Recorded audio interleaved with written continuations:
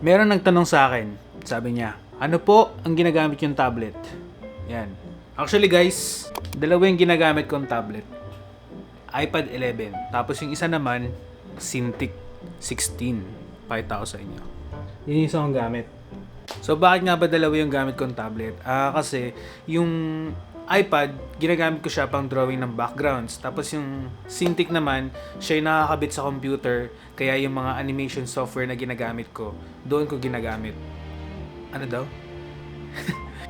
Basta yung Cintiq ginagamit ko siya sa animation kasi yung mga software na ginagamit ko pang animate ay para lang sa PC. Siyempre magtatanong kayo, di ba? Bakit dalawa yung tablet mo, Kuya Arkin? Kailangan ba dalawa rin yung tablet namin? Hindi naman kailangan dalawa yung tablet nyo. Nung nag-uumpisa pa ako, isa lang yung tablet na ginagamit ko, yung 13 HD na Cintiq. Tapos, nung nagkaroon na tayo ng budget na pambili ng iPad, na-discover ko yung Procreate.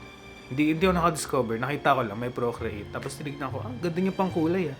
So yun, naisip ko na bumili ako ng iPad, tapos bumili ako ng Procreate. Kasi mas swabe yung pag-drawing talaga doon ng backgrounds para sa akin. Meron kasi mag-color sa Photoshop talagang medyo matagal. Doon sa Procreate, drop lang ng fill. Anyway, so yun, hindi nyo naman kailangan. Kahit isang tablet lang, okay na yun. Nasa sa inyo naman yun. Kasi yung 3 tablet nyo 4, 5, 10, gano'n. Pero ayun, yun ang ginagamit kong tablet. Bye!